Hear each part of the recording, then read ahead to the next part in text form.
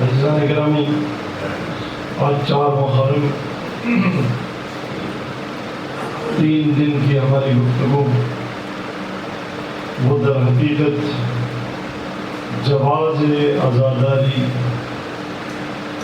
عزاداری کی فضیلت، عزاداری کا استحباب، عزاداری منانے کا وجوب، اس کے قرآن و سنت سے دلائل کے بیان میں تھا۔ پہلے دو دن کی مجلس میں ہم نے 4 قسم کی آیات، نہ فقط 4 آیات، 4 قسم کی آیات بیان کی جو مظلوم کربلا کی عزاداری کے وجوب پر دلالت کرتی ہیں، واجب ہے عزاداری، اور ماننے والوں کے لیے کافی ہیں 4 آیات، 4 قسم کی آیات۔ پھر ہم نے جناب رسالت مآب صلی اللہ علیہ وسلم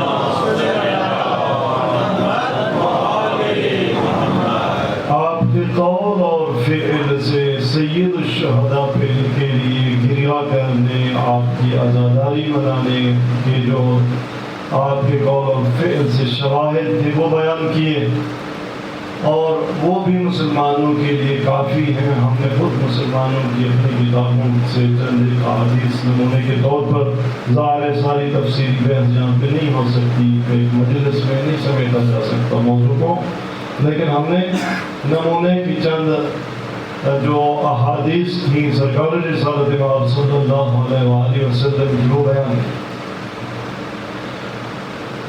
اب اگر ہم مومنین کی طرف آ جائیں، مومنین کے ہاں قرآنی تعلیمات کے اثبات کی دلائل اور مستندات اور ریفرنسز میں کتاب اللہ ہے، سنت بمعنی عام، قول و فعل، سیرت رسول خدا صلی اللہ علیہ وسلم ہے، اور اس کے بعد ہم جس طرح سے پیغمبر اکرم کے قول اور فعل کو کسی فعل کے شرعی ہونے کے اثبات میں کافی سمجھتے ہیں، جتنا معتبر سمجھتے ہیں اتنا ائمہ طاہرین کے قول و فعل کو بھی معتبر سمجھتے ہیں، اور ہم نے ائمہ طاہرین کے معصومین کے قول اور فعل میں عزاداری کا وجوب آج ابتدائی سخن میں اسی بات کو تھوڑا وسلم کے قول و فعل سے حضور کا گریہ ثابت ہے حسین پر، ایک جگہ نہیں کئی مقامات پر، کبھی مسجد کے دروازے سے حسین کو اٹھا کر، کبھی سینے پہ حسین کو بٹھا کر، کبھی علی کے ہاتھوں میں حسین کو تھما کر اللہ کے رسول نے گریہ کیا ہے، اور جناب فاطمہ سے فرمایا ہے شفاعت قیامت کے دن کن کی، جو وہ آنکھ جو حسین پر روتی رہی، یہ رسول کا فعل۔ مولا امیر المومنین علی بن ابی طالب نہر فرات کے کنارے روئے ہیں حسین پر، وہ علی آخری وقت میں جب وصیت فرما رہے تھے اس وقت روئے ہیں حسین پر، اس وقت وصیت کی ہے حسین کے لیے۔ جناب فاطمہ الزہرا کا گریہ جو اپنا لہو بناتی رہی، شیر فاطمہ کرتی رہی، ذبیح کی تعمیر فاطمہ ایک داستان درد رلانے کو دے گئی، خود پال کر حسین زمانے کو دے گئی، جو رومال بناتی رہی، جو تبرکات کربلا بناتی رہی، جو بابا سے پوچھتی رہی کہ اگر میں نہیں ہوں گی، آپ نہیں ہوں گے، علی نہیں ہوں گے، حسن مجتبیٰ نہیں ہوں گے، تو بابا میرے حسین پر روئے گا کون؟ جناب زہرا سلام اللہ علیہ، امام حسن مجتبیٰ آخری وقت زہر ملی ہوئی ہے، آپ کی شہادت کا وقت ہے، آپ فرماتے ہیں حسین آپ نہ روئیں، لا یوم کا یوم کا یا ابا عبداللہ۔ یہ امام حسن مجتبیٰ ہے، خود مظلوم کربلا نے فرمایا کہ انا قتیل الابرار لا یذکرنی مومن الا ببکا، میں آنسوؤں کا مارا ہوا ہوں، میں آنسوؤں کا کشتا ہوں، مجھے کوئی بھی مومن جب بھی یاد کرے گا اس کی آنکھوں سے اشک رواں ہو جائیں گے۔ امام زین العابدین نے واقعہ کربلا سے لے کر اپنی شہادت تک 25-30 سال کا یہ جو مختلف روایات کے مطابق عرصہ ہے، امام صادق فرماتے ہیں جب بھی آپ کے سامنے کھانا رکھا جاتا، آپ کے سامنے پانی رکھا جاتا، آپ گریہ کرتے، اور جب بھی کسی قصاب کو حیوان ذبح کرتا دیکھتے پوچھتے آیا تو نے اس حیوان کو پانی پلایا ہے یا نہیں؟ جب قصاب کہتے یبنا رسول اللہ، ہم آپ کے نانا کی، ہم رسول خدا کی شریعت کو مانتے ہیں، ہم حیوان کو پہلے پانی پلاتے ہیں پھر ذبح کرتے ہیں، تو آپ کا رخ کربلا کی طرف مڑ جاتا، ہائے بابا مسلمان حیوانوں کو بھی پانی پلا کر ذبح کرتے ہیں، میرے بابا آپ یہاں سے مارے گئے۔ امام باقر علیہ السلام نے حکم دیا،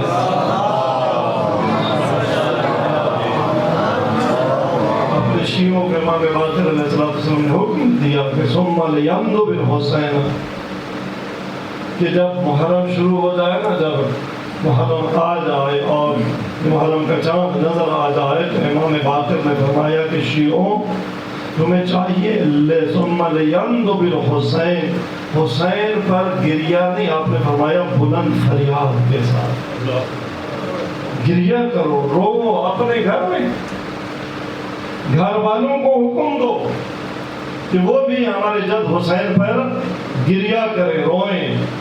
اور مومن ماہ محرم میں، عشر محرم میں جب ایک دوسرے سے ملے تو امام باقر فرماتے ہیں کہ جب میں عرض کر رہا ہوں کہ جب ہمارا اپنا کوئی عزیز مر جاتا ہے، کسی کا بیٹا مر گیا، کسی کا بھائی مر گیا، جب ہم اس سے ملتے ہیں اس کو تسلیت پیش کرتے ہیں، امام باقر علیہ السلام فرماتے ہیں کہ مومنوں کو چاہیے کہ جب ایک دوسرے سے ملے تو ایک دوسرے کو حسین کی مصیبت پر تسلیت عرض کریں۔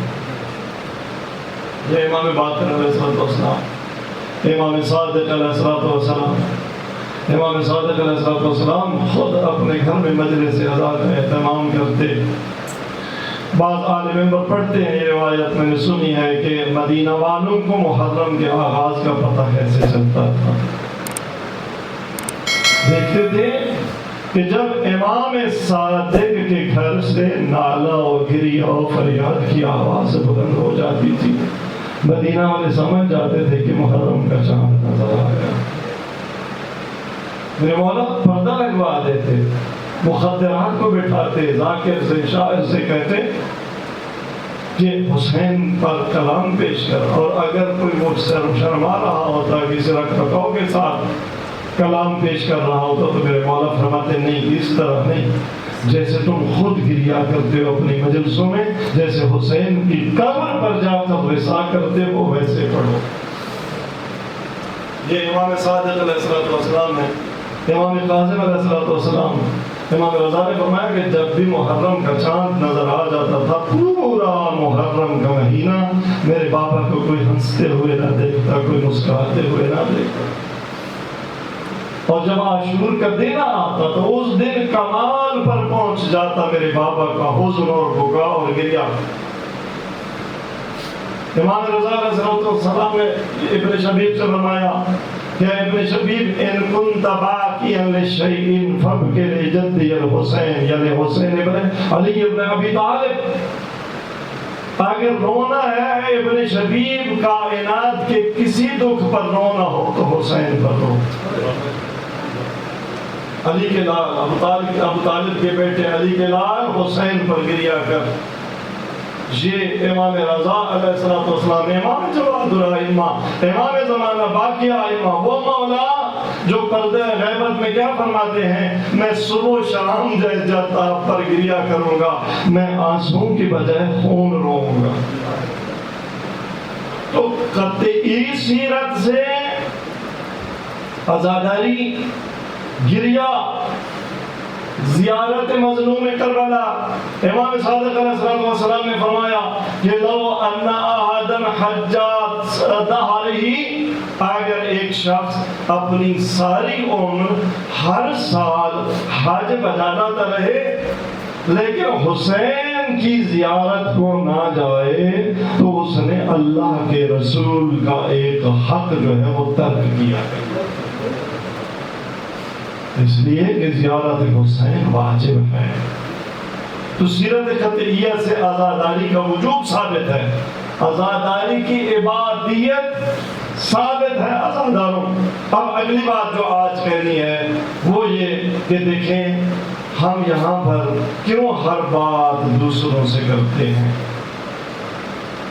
تھوڑا سا سوچنے کا مقام ہے اور آپ اس بات پر غور کیجئے گا کہ ہماری مجالس اعضاء ان میں 90% ہماری خطیب کی گفتگو ان سے نہیں ہوتی جو سامنے بیٹھے ہوتے ہیں.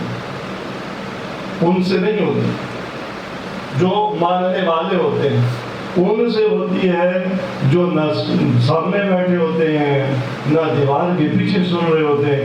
شاید سوشل میڈیا پر کوئی میری گفتگو سن رہے,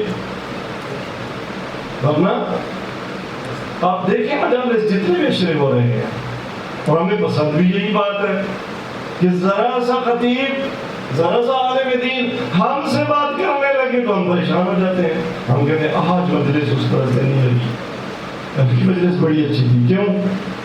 میں آج کل کی مجلس تو ان سے کتاب تھا جو تھے ہی نہیں, پتہ نہیں سنے گی بھی نہیں. یہ کیا ہے؟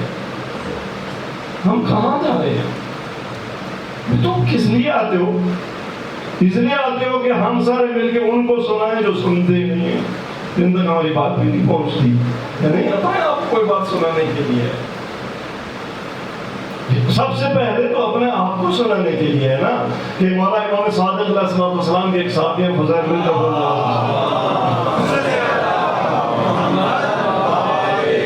کیا علم تمہیں سائے دین اوڑھنے والوں, کیا علم تمہیں سائے دین اوڑھنے والوں, سوکھا ہے کہاں پیڑ کہاں شاخ گر گیا.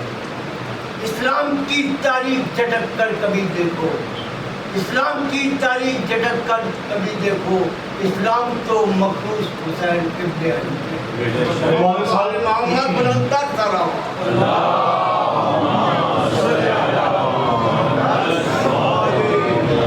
فضیل سے امام صادق علیہ السلام نے پوچھا کہ کیا آپ ہماری مجالس برپا کرتے ہو اور آپس میں گفتگو کرتے ہو؟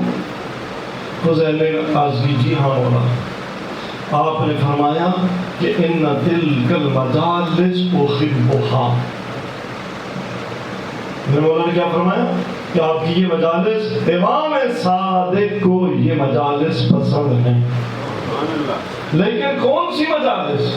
آپ کے کلام کا تتمہ کیا ہے؟ وہ مجالس نہیں جن میں بیٹھ کے تم غیروں کو سناتے رہتے ہو جو سنتے بھی نہیں ہیں. نہیں, میرے مولا نے فرمایا کہ یہ مجالس مجھے امام صادق کو محبوب ہیں, پسند ہیں. فَأَحْيُوا أَمْرَنَا, ان مجالس میں ہماری تعلیمات کو زندہ کیا کرو. ہماری تعلیمات کو زندہ کرو, یہ مجالس اس لیے. پھر آپ نے دعا دی کہ فرحم اللہ من احیا امرنا, اللہ کی رحمت. وہ دعا بھی ہے, ماضی کا صیغہ ہے, خبر بھی ہے. آپ بتا رہے ہیں کہ اللہ کی رحمت اس مجلس پر ہوتی ہے جس میں خطیب بیٹھ کر ہماری تعلیمات بتاتا ہے.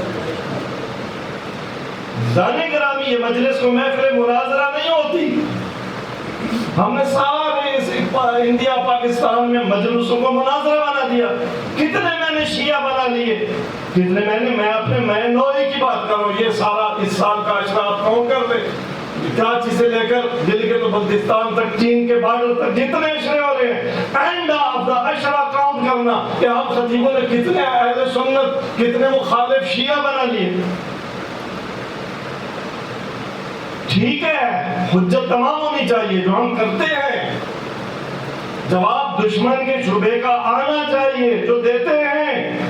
سوشل میڈیا پر کمی نہیں چھوڑنی چاہیے جو ہم نہیں چھوڑتے. لیکن اصل ہدف کیا ہے کہ ہم نے اپنوں کو کتنا شیعہ بنایا,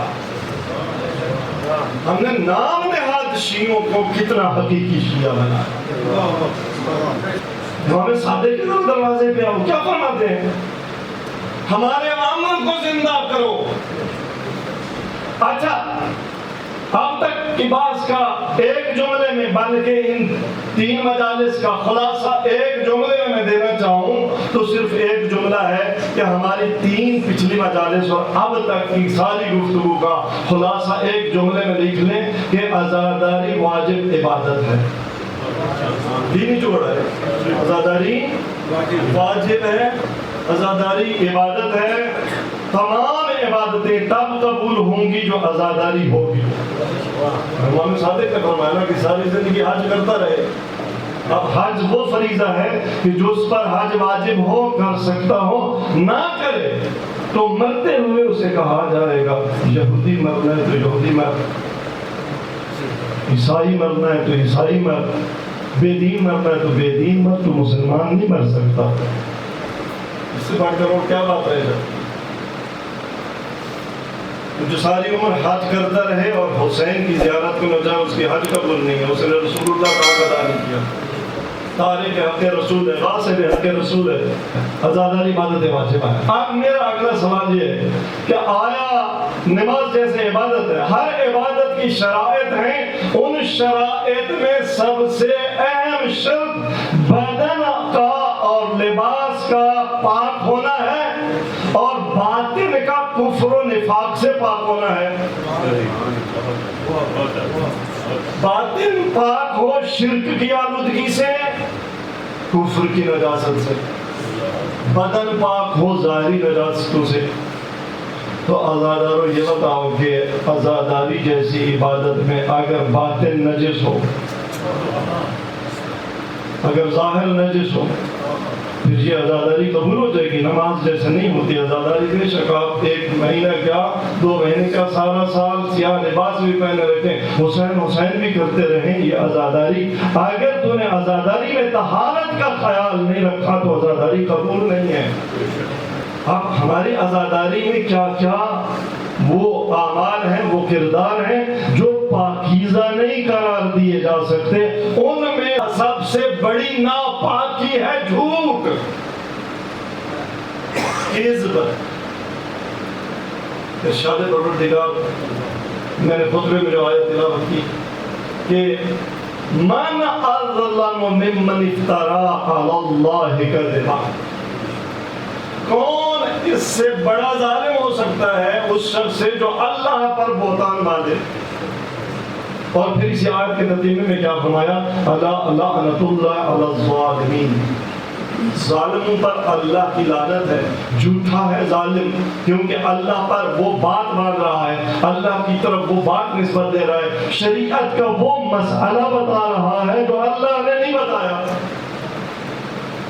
نماز کا وہ طریقہ بتا رہا جو خدا نے نہیں بتایا, زکوٰۃ کا وہ طریقہ جو خدا نے نہیں بتایا, حج کی وہ مناسک بتا رہا جو خدا نے نہیں بتائے, لوح محفوظ پر لکھے ہی نہیں گئے. اور میں بیٹھ کر یہاں پر فتوے دیتا جا رہا ہوں کہ یہ بھی شریعت ہے, یہ بھی خدا کا حکم ہے, وہ بھی خدا کا حکم ہے. تو عین اسی وقت چاہے خطیب ممبر حسین پر بھی کیوں نہ بیٹھا ہو, یہ ممبر اس کے لیے ممبر نہیں ہے بلکہ ایک چبوترا ہے, یہ جھوٹا ہے, یہ اللہ پر افتراء باندھ رہا ہے, لہذا اس پر اللہ کی لعنت کی بارش مسلسل ہو رہی ہے. اب سنیں, اگر اپنے کلچر کی, اپنی فرہنگ کی, اپنے سماج کی مجالس سے آزاد نہیں ہے جھوٹ ان میں نہیں ہے. بنائی ہوئی شریعت, بے ہنر ہاتھوں سے شریعت گھڑی جاتی ہے. امام صادق علیہ السلام کی خدمت میں ایک صحابی حاضر ہوا, پوچھا مولا یہ کیوں ہے آپ کے شیعوں میں اختلافات؟ آپ نے ٹھیک کہا آپ نے, ہمارے شیعوں میں اختلافات ہیں, لیکن کیوں؟ آپ نے فرمایا وجہ بتائیے. فرمایا کہ ان الناس عاولوا علی الکذب علینا, لوگ کچھ ایسے ہیں کہ انہیں ولا ہے, ولا کہتے ہیں بڑی خواہش, حیوان کو باندھ دیں, اس کی کھرلی میں چارہ ڈال دیں, اور یہ دیکھ رہا ہو, بھوکا بھی ہو, ایسے سرگردان ہوتا ہے, چکر لگے ہوئے ہوتے ہیں. اس حالت کو کہتے ہیں ولا, کہ کب مالک آئے گا رسا چھوڑے گا, میں کھرلی پہ پہنچوں گا. محمد والے محمد بلند در سراوا.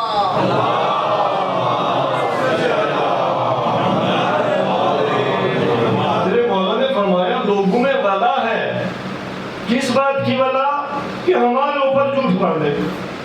کون فرما رہے؟ امام صادق. کہ لوگوں میں ولا ہے کہ ہمارے اوپر جھوٹ باندھے. ایسا لگتا ہے کہ گویا اللہ نے حکم ہی یہ دیا ہے کہ ہمارے اوپر جھوٹ باندھے. ایسا اشتیاق ہے. آتے ہیں امام صادق کی مجلس درس میں بیٹھتے ہیں. میرے مولا فرماتے ہیں میں حدیث بیان کرتا ہوں، ابھی پورے اٹھتے نہیں میری حدیث کی وہ تعویل کرتے ہیں جو نہیں کرنی. کیسے کیسے مطالعے میں نکالتے ہیں ہمارے خطیب روایات ائمہ سے. آپ دیکھتے ہیں نا وہ مطلب نکالنا جو معصوم نے سوچا ہی نہیں تھا، اور شریعت کو خراب کرنا، دینداری کو خراب کرنا، دینداروں کو خراب کرنا. اور یہ کام تب سے شروع ہوا سرکار رسالت مآب صلی اللہ علیہ وآلہ وسلم کی زندگی میں شروع ہوا. خود نبی کریم نے فرمایا کہ مجھ پر جھوٹ باندھتے ہیں، اور آپ نے فرمایا کہ یہ اور بڑھیں گے مجھے میرے اوپر جھوٹ بولنے والے. میں نے جو حدیث نہیں کہی ہوگی اسے حدیث بنا کر پیش کریں گے.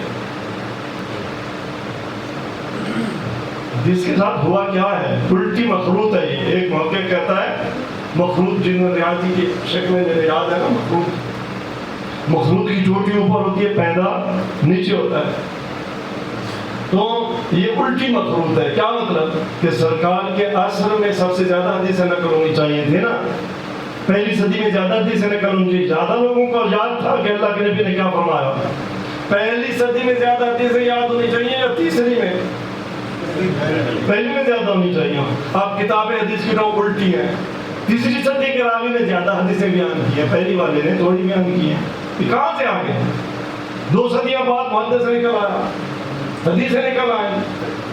وہی فیکٹریاں تھیں رسول خدا پر جھوٹ بولنے کی.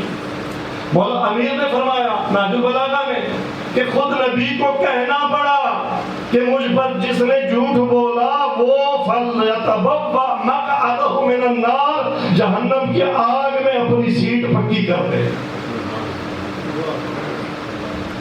اور اس سے آگے فرمایا کہ حتیٰ اگر کسی کو حدیث میری نقل کرتے ہوئے یہ گمان ہو کہ یہ میری حدیث نہیں ہے اور پھر بھی نقل کر دے، فرمایا یہ بھی اپنی سیٹ جہنم میں پکی کر دے. مذاق ہے حدیث بیان کرنا. ہر بندے کا کام ہے، ہر بندے کا کام نہیں ہے. وہ صحابی جو امام صادق سے پوچھ رہا تھا کہ اختلاف کیوں ہے، آپ نے فرمایا اختلاف کی وجہ یہی ہے، آتے ہیں میری حدیث سنتے ہیں اس کی الٹی تعویل کرتے ہیں. کیوں؟ اپنی دنیا کے لیے. ہم کسی لیے الٹی تعویل نہیں کرتے. پہلے 1 کروڑ میرے بینک اکاؤنٹ میں ڈالو، یہ ذاکر کی شرط ہوتی ہے، یہ خطیب کی شرط ہوتی ہے. پتہ نہیں اللہ جانے 1 کروڑ کہاں سے آتا ہے. آپ بھی جانتا ہے وہ پہلے اس کی جب تک ٹرانزیکشن کی وہ رسید نہ دیکھ لے تب تک اشرا کنفرم نہیں کرتا. تو یہ کروڑوں کمانے کے لیے آج کی بات نہیں ہے. امام صادق کے زمانے میں بھی ایسے محدث، ایسے خطیب، ایسے ذاکر، ایسے علماء موجود تھے. اپنی دنیا کمانے کے لیے کچھ امام صادق سچے امام کی حدیث کو یا تو امام پر جھوٹ بول دیتے ہیں یا حدیث کا وہ معنی نکالتے ہیں جو نکلتا ہی نہیں ہے. پھر آپ نے پوچھا مولا پھر کیا کریں؟ آپ نے فرمایا اذا اردت الحدیث، اگر حدیث ہماری سچی سچی حدیث لینی ہو تو پھر فعلیک بہذا الجالس، جناب زرارہ ابن آیون بیٹھے تھے، میرے مولا نے جناب زرارہ ابن آیون کی طرف اشارہ کر کے فرمایا اگر ہماری سچی اور سچی حدیث لینی ہو تو پھر زرارہ جیسے لوگوں سے لیا کرو. زرارہ صفت آج آپ کو کہاں ملتے ہیں؟ وہ یا حوض علم نجف میں ملیں گے، وہ آیت اللہ سیستانی کے روپ میں ملیں گے، یا حوض علمیہ قم میں ملیں گے، وہ آپ کو راج نظام کے. یہ اگر حدیث امام پوچھنی ہے تو پھر ایسے نہیں، ہر خطیب سے نہیں، ہر ذاکر سے نہیں، ہر جھوٹے سے نہیں. لیکن ہم نے مزاج یہ بنا لیا جس کی آواز میں لے ہو گھاگری مار لے تو پھر وہ تو لوٹ کے لے جاتا ہے نا جلسہ و مجلس. ہم نے ماحول بنایا ہے کہ اس ممبر حسین پر وہ نصیری آ جاتا ہے, وہ بے دین آ جاتا ہے, وہ یہودی کا بچہ ہے, پتہ نہیں عیسائی کا بچہ ہے, ہمارے سماج میں اسی ممبر پر آ جاتا ہے. اور آپ نے پتہ نہیں سوشل میڈیا پہ اس کی گفتگو سنی یا نہیں, میں نے تو سنی. کیا کہتا ہے خطبہ غدیر کے بارے میں؟ کیا کہہ رہا ہے؟ رسول خدا پر کیسا جھوٹ باندھ رہا ہے. کہتے ہیں جی کہ خطبہ غدیر تے جی کم از کم 7 گھنٹے دا. اچھا آگے کیا کہتے ہیں جی 7 گھنٹے اللہ دا نبی خطبہ دیتا رہیا جی دے وچ 4 نمازاں دا وقت گزر گیا تے نماز کوئی نہ. ایسے یہودی کو جوتے مار کے کیوں نہیں اتارتے آپ ممبر حسین پہ؟ ہم سنتے ہیں یہ ماحول بنا دیا.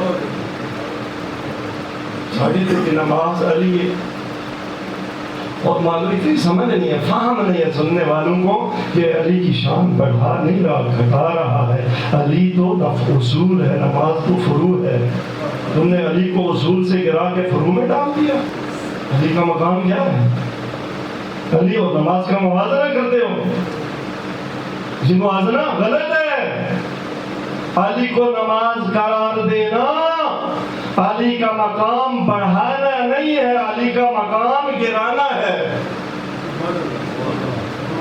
یہ اصول ہے, علی اصول دین میں ہے, نماز فروعات میں ہے, لیکن اسی اصول کا حکم ہے اس فروع کے لیے. کتنی اہمیت دی اس اصول نے, اس فروع کو اتنی اہمیت دی ہے کہ احتجاج میں صاحب احتجاج نے امیر المومنین کا خلیفہ اول کے ساتھ خلافت کے معاملے میں ایک احتجاج نقل کیا ہے. وہاں پر یہ جملہ نقل کیا ہے کہ میرے مولا نے پہلے خلیفہ سے کیا کہا تھا کہ یہ خلافت میرا حق ہے, تیرا حق نہیں ہے. وہاں پر جو دلیل بیان کی میرے مولا نے, جو استشہاد کیا, فرمایا انشدک باللہ, میں تجھے اللہ کی قسم دیتا ہوں ایک بات بتا, یہ بتا سورج تیرے لیے واپس لوٹا کہ تو نماز پڑھے یا میرے لیے واپس لوٹا؟ سورج تیرے لیے لوٹا یا میرے لیے لوٹا؟ یہ امام ہے, یہ اصل ہے. لیکن نماز کو کتنی اہمیت, نماز دو دیکھیں, 2 واقعات رد شمس کے نقل ہوئے 2 جگہ, اور بظاہر 2 دفعہ رد شمس ہے. امیر المومنین علی ابن ابی طالب علیہ السلام.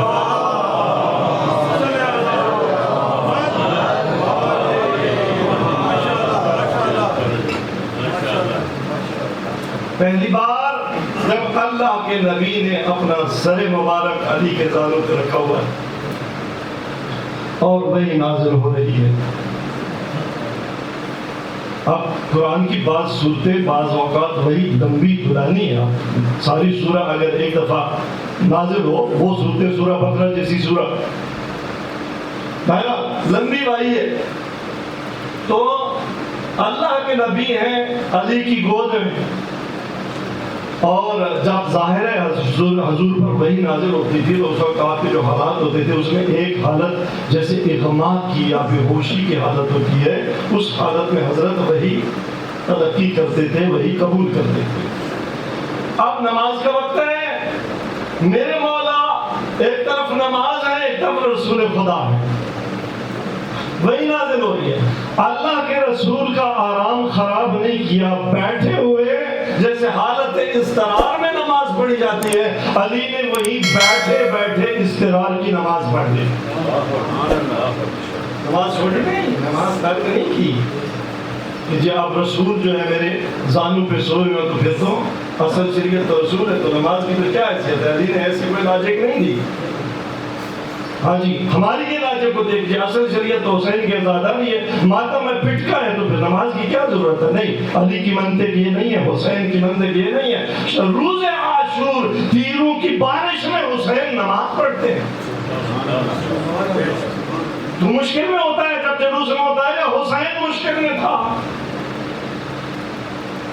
تو نماز ترک کر دیتا ہے. حسین نے تو نماز ترک نہیں کی, علی نے نماز ترک نہیں کی. جب وہی ختم ہوئی اللہ کے نبی کی آنکھ کھلی، پوچھا یا علی نماز پڑھی؟ عرض کی یا رسول اللہ پڑھی تو ہے لیکن بیٹھ کر تمام آداب کے ساتھ، تمام ان جو فضیلت کے جو معیارات تھے ان کے ساتھ نہیں پڑھی۔ علی کو یہ بھی تکلیف ہے۔ فرمایا یا علی پھر دعا کرنا، لوٹ آئے سورج اول وقت نماز پڑھ۔ علی نے دعا کی، سورج اول وقت نماز میں آیا، میرے مولا نے تمام آداب میں اول وقت میں فضیلت کے وقت میں نماز ادا کی اور پھر سورج ڈوب گیا۔ نماز یہ لی ہے، یہ رد شمس ہے۔ اور دوسری جو روایت ملتی ہے وہ جب مولا امیر المومنین بابل جا رہے تھے اور دریائے فرات سے اپنی فوج کو گزار رہے تھے، ظاہر فوج کے ساتھ سارا فوجی ساز و سامان تھا، لشکر تھا جنگ کے لیے، امیر المومنین جا رہے تو آپ کے بہت سارے فوجی وہ سامان کو دریا سے کھلے تو نہیں تھے اس وقت، ظاہر ہے تیر کر پتہ نہیں کس طرح سے سارا سامان جنگ و حرب دریا کے ایک کنارے سے دوسرے کنارے پہنچانا ہے۔ تو حضرت امیر نے اپنے چند اصحاب کے ساتھ، آپ نے تو نماز پڑھ لی لیکن باقی فوجی اس میں لگے ہوئے، تو کچھ فوجیوں کی نماز قضا ہو گئی۔ علی نے اپنے لیے رد شمس وقت نہیں کیا، علی والوں کے لیے بھی رد شمس کیا، لیکن شرط یہ تھی کہ علی والے ایک تو جنگ میں مصروف تھے، حالات حرب منتقل کر رہے تھے، جب فارغ ہوئے تو دیکھا کہ وقت نماز نکل گیا، آپ پریشان تھے، بارگاہ علی میں آئے، عرض کی یا علی پریشان ہے، وقت نماز نکل گیا۔ فرمایا میرے الفاظ میں سورج لوٹا دیتا ہوں نا، تم پریشان کیوں ہوتے ہو؟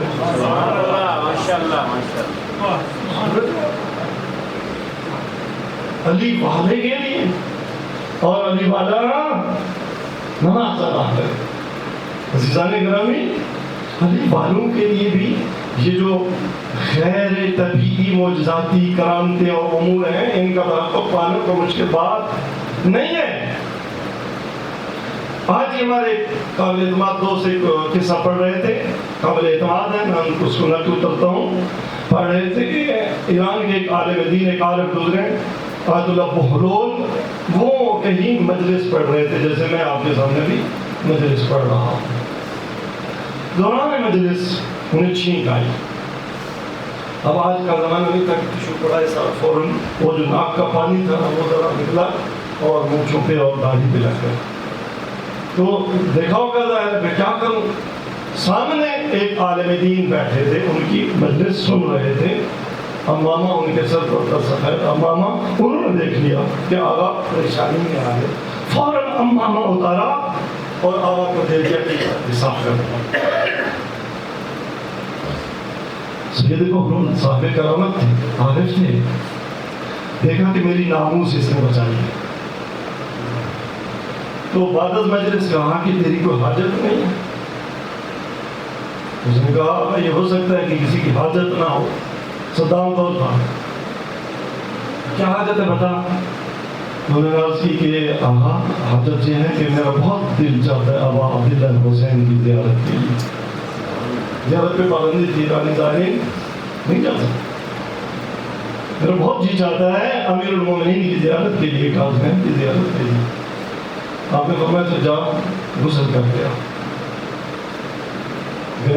غسل کر گیا، ہاں یہ اذکار بتائیں، کچھ صورتیں بتائیں، ان کی تلاوت کی، جب کر چکا تو فرمایا آنکھیں بند کر، آنکھیں بند کی، آنکھیں کھول، آپ جو آنکھیں کھولی تو کیا دیکھا؟ ذریع حسین پر کھڑا ہے، ذریع حسین،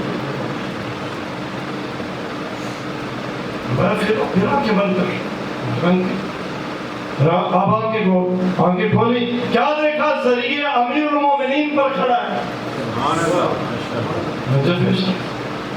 قاسمین کی زیادت، علی والے ایسے ہوتے ہیں کہ وہ ناموس بھی بچاتے ہیں اور جب ناموس مومن اور عالم بچاتے ہیں، ناموس عارف بچاتے ہیں، تو اس کا صلہ کیا ملتا ہے؟ وہ واقعات، وہ زیارات جن کا دنیا کے قانون کے مطابق کوئی امکان ہی نہیں تھا.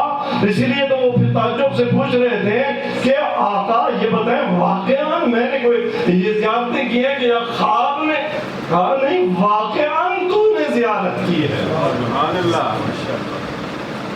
تو اس عبادت کو بچاؤ جھوٹ کی نجاست سے، جھوٹی روایتوں کو ملانے سے، اپنی بنائی ہوئی شریعت سے، خدا پر بہتان باندھنے سے، نصحریت کی تبلیغ سے. یہ کیسا مزاج بن گیا ہمارا؟ ہم کسے داد دیتے ہیں؟ ہم کس کو فیس دیتے ہیں؟ ہم کس کے سامنے نعرے لگاتے ہیں؟ ہم کسے بہوا کرتے ہیں، کسے سنتے ہیں؟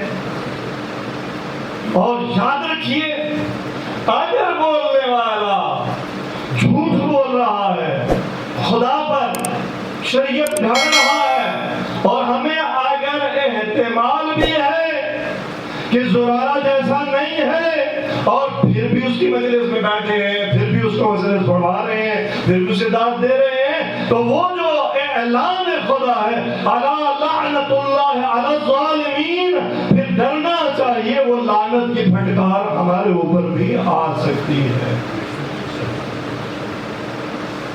اس شریعت کو بچانے کے لیے، اس نماز کو بچانے کے لیے حسین نے بہت قربانی دی ہے. 27 رجب کی رات حسین نانا کی مسجد میں عبادت اور نماز میں ہی تو مشغول تھے.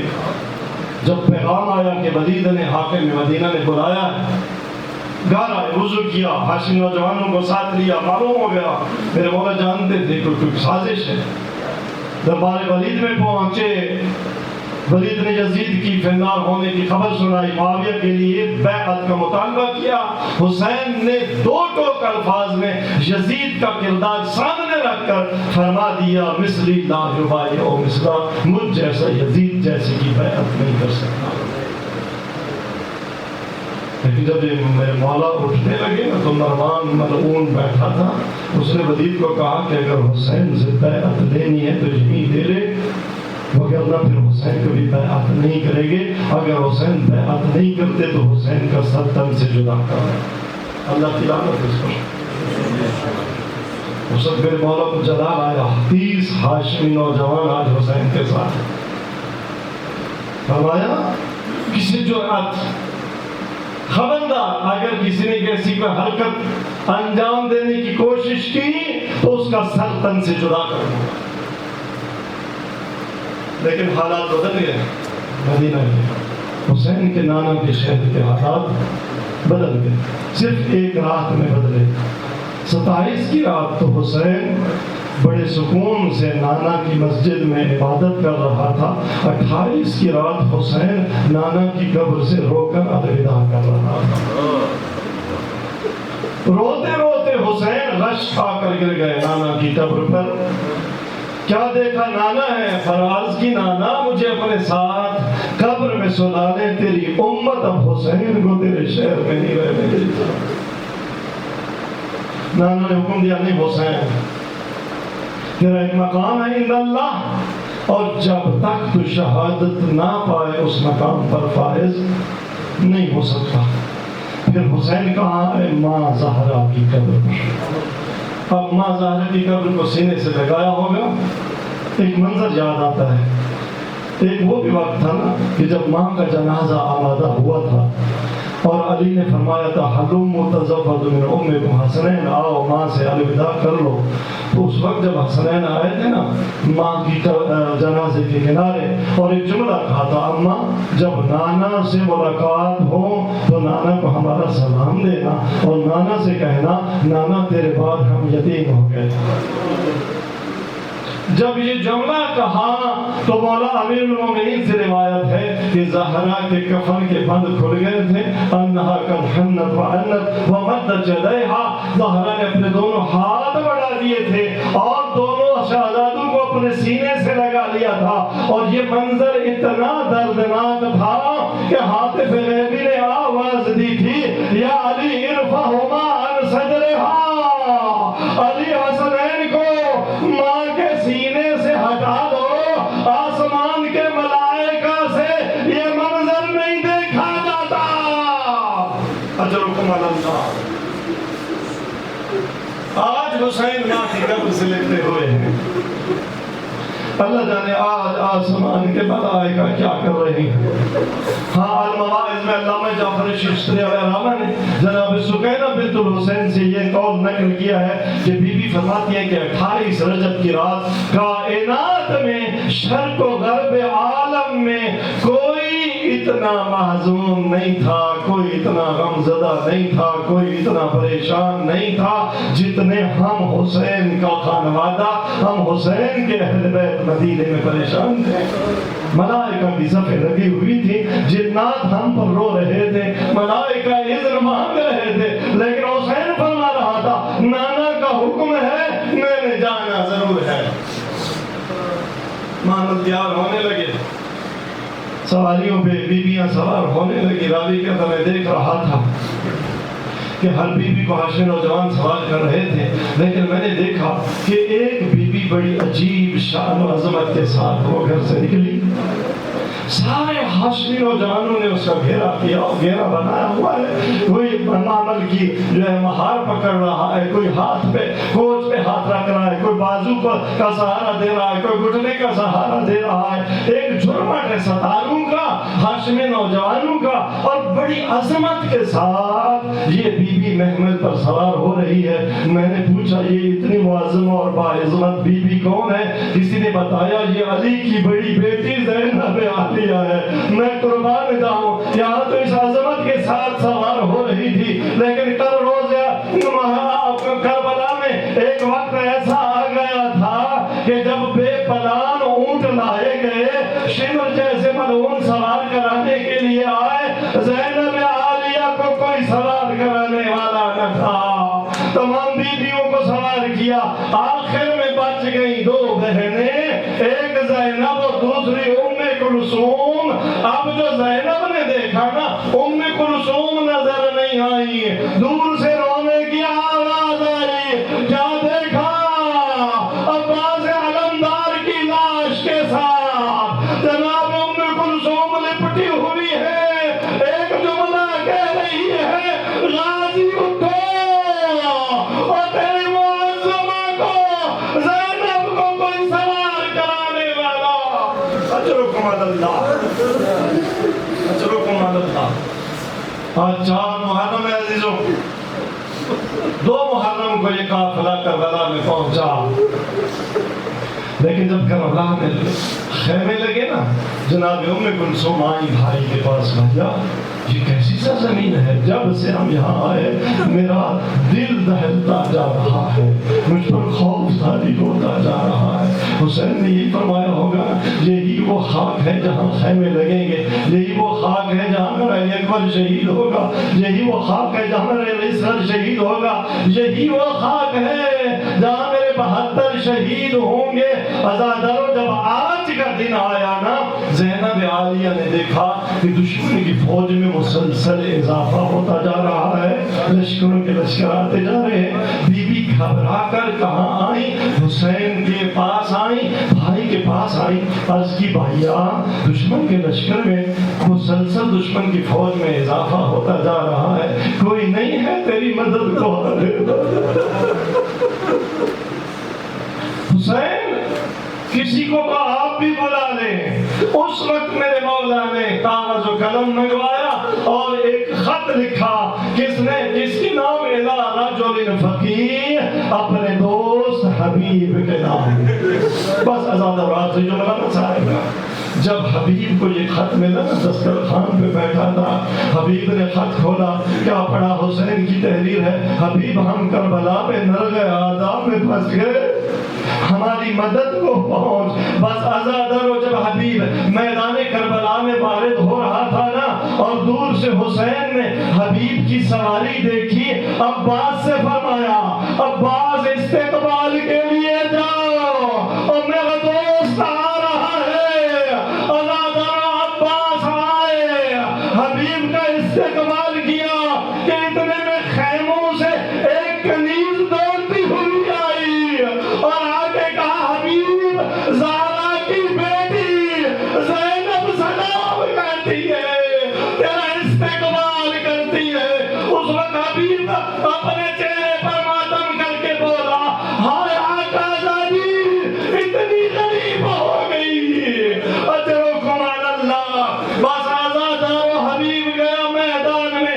شہید ہونے والا تھا، جب مولا کو مدد کے لیے بلایا، مولا کے زانوں پر حبیب نے آخری سانس لی اور مولا نے کیا فرمایا؟